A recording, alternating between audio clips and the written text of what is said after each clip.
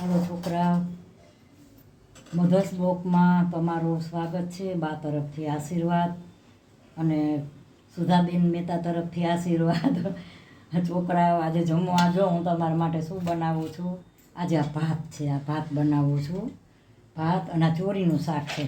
આ ચોરીનું વરામાં થાય ને એવું શાક બનાવીશ, ચોરીનું. અને આ કોથમરી, આ ટમેટાં, આ મરચાં એમાં નાખવાના છે. આનું અને આનું બેનું કાચું કરવાનું છે. એટલે હું છે ને પાણી હવે આમાં મૂકી દઉં છું ગરમ. 2 મિનિટ.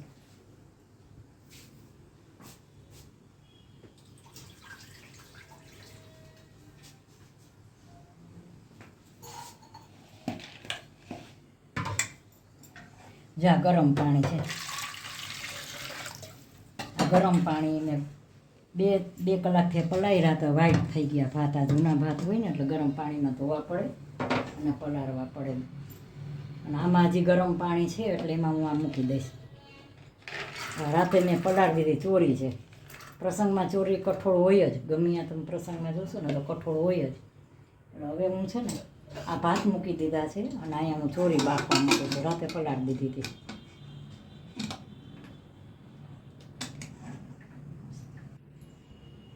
હવે ભાત બની ગયા છે. ભાત થઈ ગયા છે સરસ.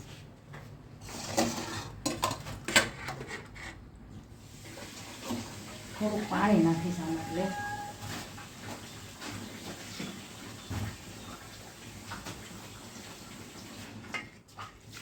જેટલા વહેલા ભાત તમે પલાળો ને બહુ સરસ થાય દાણો.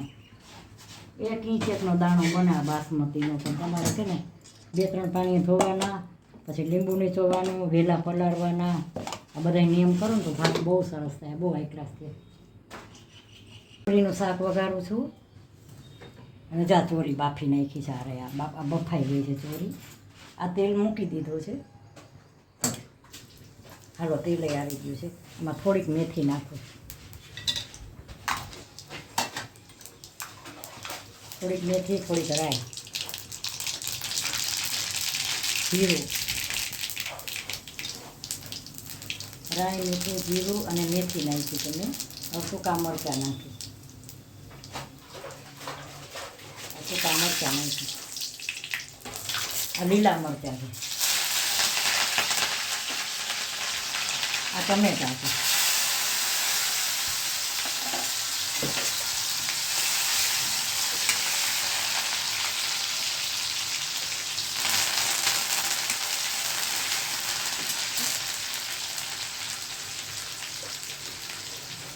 આ હિંગ નાખી.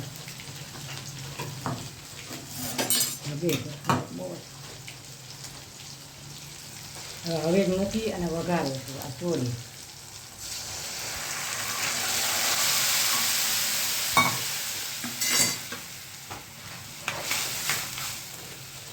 આ પ્રસંગમાં બને ને એવી ચોરી છે, બહુ સરસ થાય.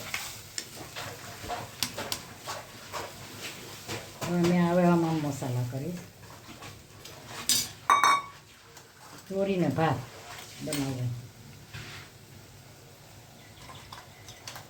મીઠું નાખ્યું, હવે થોડોક નાખી દીધો છે ને હળદર. હવે ધાણા જીરું નાખીશ. આમાં લીંબુ નીચે દઈશ. બહુ આથી વિશેષ શાક ન હોય કાંઈ, બહુ સરસ શાક થાય. હજી આમાં સાકર નાખીશ.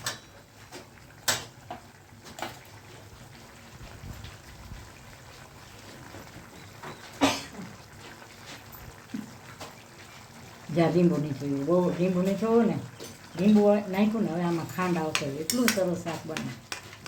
તમે પ્રસંગમાં ઘણી જગ્યાએ તમે જોજો ચોરીનું શાક. તમે હવે આમાં હું ગરમ મસાલો નાખીશ.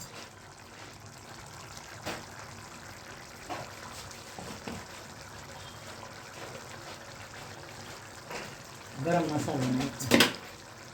હવે આમાં છે ને હું ખાંડ નાખીશ.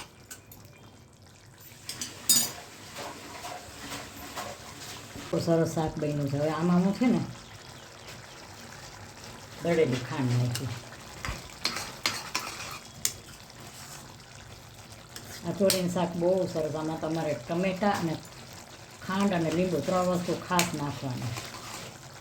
એટલે આથી વિશેષ કોઈ મસાલા જ ન હોય આમાં. કોઈ સરસ થાય. આને હું 10-15 મિનિટ ચડવા દઈશ. આ બાફેલી છે ને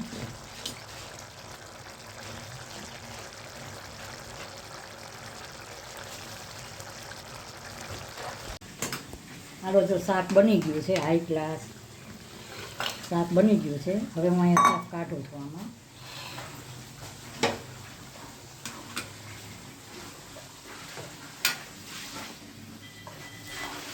આજે વરામાં થાય ને એવા શાક ને ભાત બનાવ્યા છે હાઈ ક્લાસ. વરામાં ચોરીનું શાક હોય કાં વાલનું શાક હોય, પ્રસંગમાં બહુ હોય શાક.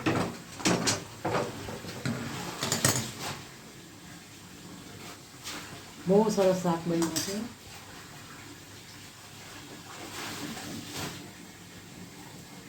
હાલો છોકરાઓ, બાએ ડીશ બનાવી છે હાઈ ક્લાસ. પ્રસંગમાં જમો એવી ડીશ બનાવી. જુઓ, આથી વિશેષ રસોઈ ન હોય. જો છોકરા, આ ચોરીનું શાક કર્યું છે મેં. આ ચોરીનું શાક, કઠોળનું ચોરીનું. આ એની યારે ભાત છે, હાઈ ક્લાસ શાક ને ભાત. પછી આ ચિપ્સ છે એની યારે, તમને ભાવે તો જો આ ચિપ્સ બનાવી છે બટેકાની. આ ચટણી છે, ચિપ્સ છે ને એની યારે ખાવા માટે ચટણી. આ કાચું છે ગાજરનું. આ પાપડ છે, આ રસ છે. તો છોકરાઓ, મારે આજે ચોરીનું શાક બન્યું છે. અને જમો તો તમને ખબર પડે. દેખાવ તો સરસ, પણ સ્વાદે એવો છે ને ભાત એવો. તો મારી રસોઈ કેવી લાગી? આજ બપોરની રસોઈ છે.